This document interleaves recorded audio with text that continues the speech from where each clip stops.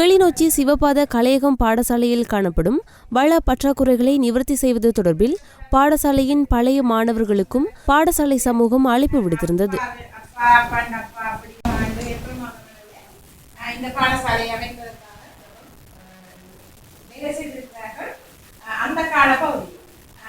அந்த வகையில் குறித்த பாடசாலைக்கான இலத்திரனியல் கற்கை நெறிக்கான வளங்கள் நேற்று வெள்ளிக்கிழமை வழங்கி வைக்கப்பட்டன. குறித்த பாடசாலையில் கல்வி பயிலும் மாணவர்களின் நிலை தொடர்பில் பார்வையிட்ட அவர்கள் பாடசாலைக்கு விரைந்து கிடைக்கும் வகையில் மலசலக்கூட வசதியினை ஏற்படுத்துவதற்கும் நீர் தாங்கி அமைப்பதற்கும் உடனடியாக நடவடிக்கை எடுப்பதாக குறிப்பிட்டனர். தொடர்ந்து குறித்த பாடசாலையில் புலமை பரிசில் பரீட்சையில் தோற்றி சித்தியடைந்த மாணவிக்கும் சாதாரண தரத்தில் திறமை சித்தி பெற்ற மாணவனுக்கும் துவிச்சக்கர வண்டிகள் வழங்கி வைக்கப்பட்டன.